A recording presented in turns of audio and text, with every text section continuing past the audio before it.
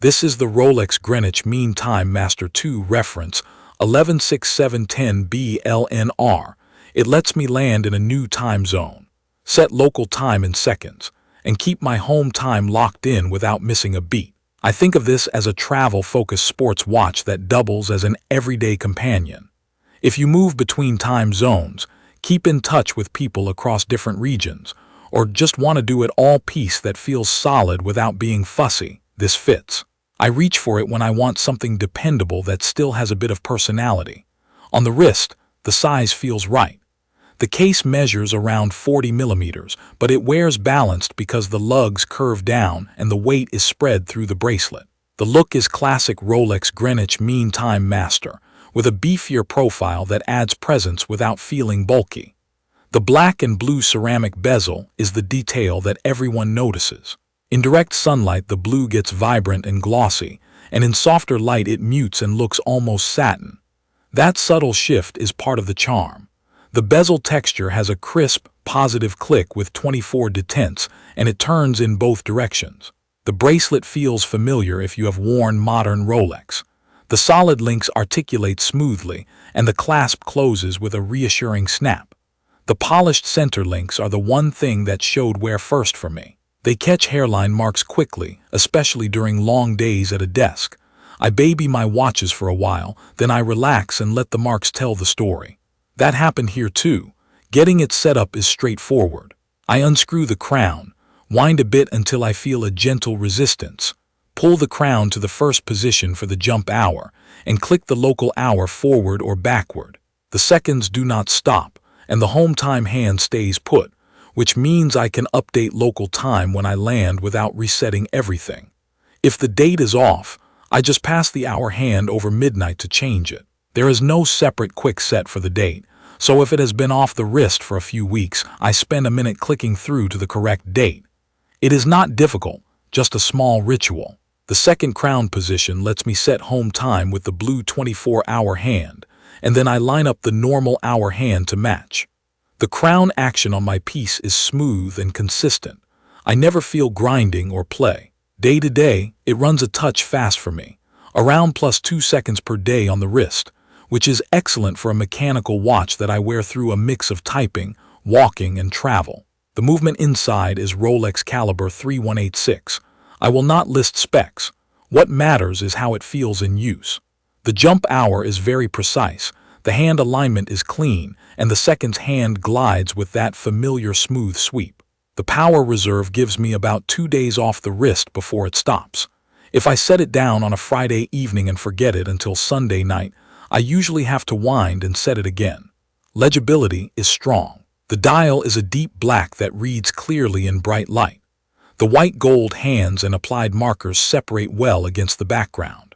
The luminous material glows a bright blue, and even after a couple of years, it still lights up enough to read the time at a glance during a red-eye flight or a late ride home. The sapphire crystal is clean and sits proud of the bezel just a touch.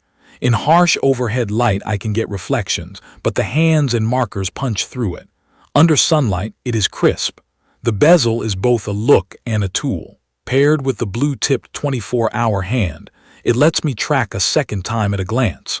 When I am coordinating with friends overseas, I set the bezel to offset home time and keep moving. The clicks are firm, not heavy, and the grip is easy even with slightly damp fingers. Speaking of water, I have worn this at the pool and the beach. It is rated to 100 meters, and the screw-down crown gives me confidence. I have dunked it plenty of times and it has been drama-free. The clasp has the Easylink extension, which adds about 5 millimeters of wiggle room on hot days. I use it more than I expected. On a long afternoon, my wrist swells a little. I pop the clasp, flip the extension out, and it is comfortable again. It is a small thing that makes a big difference. The flip lock and the milled clasp bones feel sturdy, and mine has never come undone accidentally. I have taken this watch through a handful of real travel runs. On a flight from New York to London, I set my home time on the blue hand, clicked the local hour forward when we landed, and never stopped the seconds. Through airport lines, the bracelet stayed comfortable, and the case never felt top-heavy. During a hike outside the city on a chilly morning, the bracelet stayed planted and the watch did not bounce around. The blue on the bezel looked deep and almost charcoal at dawn, and then brightened as the sun came up. Back at a desk, I can slide it under a shirt cuff most of the time, although a very tight cuff can catch the square shoulders of the case. If you wear very fitted sleeves, you may notice that. There is one use pattern where this watch shines for me. I keep home time on the 24-hour hand, local time on the main hour and minute, and a third time zone on the bezel when I need it. For example, when I am coordinating a call between New York, London, and Tokyo, I set the bezel to track the third zone and I am done. I do not need to reach for a phone. I just glance down. It removes one tiny piece of friction from the day, which is exactly what I want. A few subtle details stand out with daily wear. The crown threads are precise, so it screws down without hunting for the start of the thread.